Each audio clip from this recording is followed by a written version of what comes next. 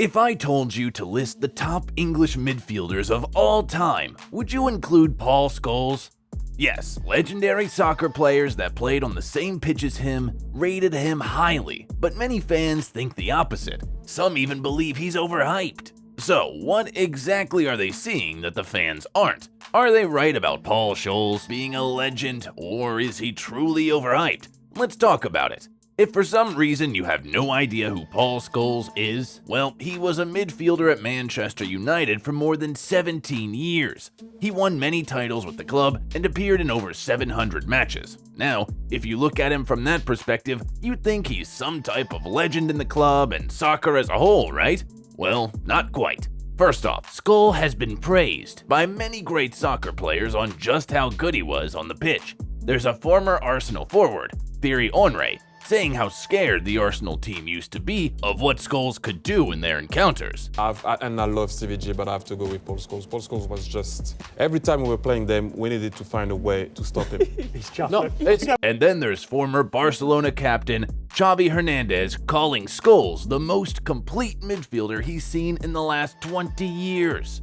But soccer fans, especially English fans, never appreciated Scholes. There are a number of reasons why this could be so. One is that Paul Scholes holds one of the worst booking records in the Premier League. He's received 97 yellow cards in his career, the 5th highest in Premier League history.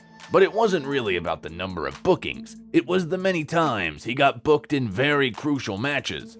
One of those times that really stood out was his red card booking against Manchester City at the 2011 FA Cup semi-final. Scholes engaged City defender Zabaleta in one of the worst tackles from a fellow player. United was down 1-0. Their bitter rivals before Scholes attempted a high leg tackle to Zabaleta, ripping a straight wound down his thigh. Scholes was eager to make the game level, but he ended up making it worse for his side. United ended up losing the match, but somehow Scholes was to blame for it. Even Arsenal's former coach, Arsene Wenger, proclaimed he had a dark side. So, why am I bringing up this story? Well, it's simple. It's moments like these in Scholes' career where his poor tackling might have made fans think he isn't that complete of a midfielder. Another time is when he decided he wasn't going to play a League Cup match for United. It sounds crazy, but there's an explanation for it. It was back in the 2001-2002 season, and United was scheduled to face rivals Liverpool. But in an awkward turn of events, were also scheduled to face Arsenal in a League Cup match the next day. Alex Ferguson decided to rest a few star players for the cup match, and Paul Scholes was one of them. Scholes, however, wanted to play Liverpool so badly. To add insult to injury, Ferguson decided to sub on an already fuming Paul Scholes, only in the dying minutes of an important game that they were losing.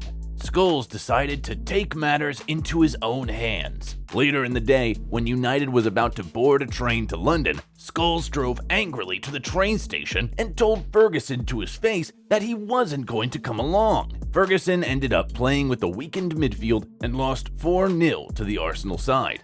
Of course, Scholes got fined 2 weeks' wages, but he recently admitted that it was foolish of him back then to do something like this, which could have potentially caused his career at United.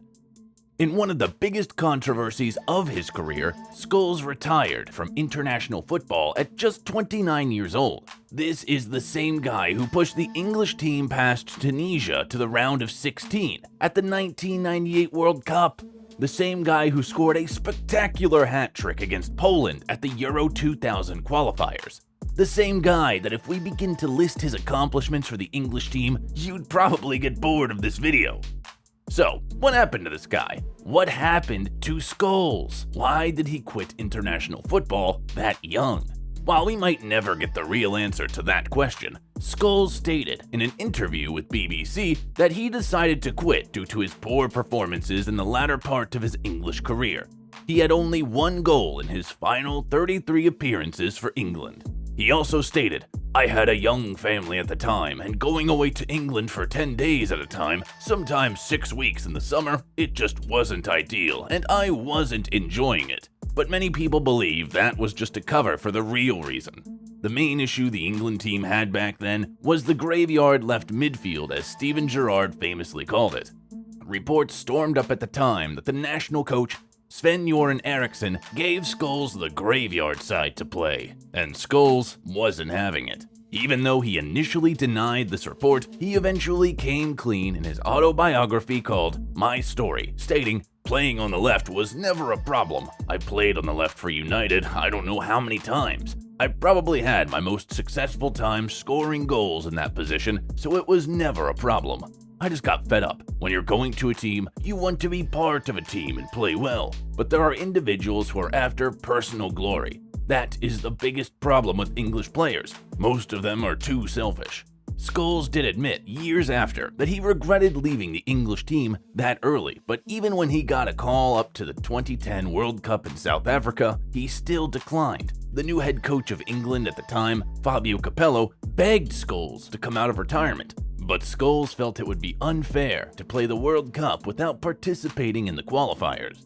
So maybe he isn't the bad guy in every story, maybe he just had a brash attitude, which is quite normal for soccer players. Still, that doesn't take away from the fact that he was a great player on the pitch. Certain players have always had a keen eye for top-notch talent, and Zinedine Zidane makes the list. From being a phenomenal player to a fantastic coach, Zidane was able to see through Scholes' many controversies and mark out his special effect on the pitch. He described Scholes saying, "He's almost untouchable in what he does. I never tire of watching him play. You rarely come across the complete footballer, but Scholes is as close to it as you can get. One of my regrets is that the opportunity to play alongside him never presented itself during my career." And this is somewhat true in many ways. His playing style was out of this world. His technical skills on the pitch and his third eye to spot openings for an exceptional pass cannot be overemphasized. He was nothing short of a playmaker who knew how to control the tempo of the match. He started off as a striker, but gradually transitioned into a number 10 and then a midfield conductor. He was never really the five-star dribbler, but he knew how to kickstart attacks from the center of the field and control the tempo of the game. His skills were pretty evident after he rejoined United 7 months after retiring. In the 2012 to 2013 season, he hit 9.9 accurate long balls per game and had a 92.5% success pass rate. This made him the second most accurate overall passer of the season, and his goal stats in the Premier League aren't left out. He scored 107 goals in 499 appearances for Manchester United. As a midfielder, that's very impressive. Love him or hate him, you can't deny the fact that Paul Scholes was purely talented as a footballer. His impact on the game will always be remembered, whether it's for the good or for the bad. So maybe he wasn't the most popular with the fans. Arsene Wenger was right about him having a dark side. Maybe, just maybe, he's as good as the legends say he is. But the truth remains that Paul Scholes will always remain one of the best midfielders there was, and one of the best there ever will be.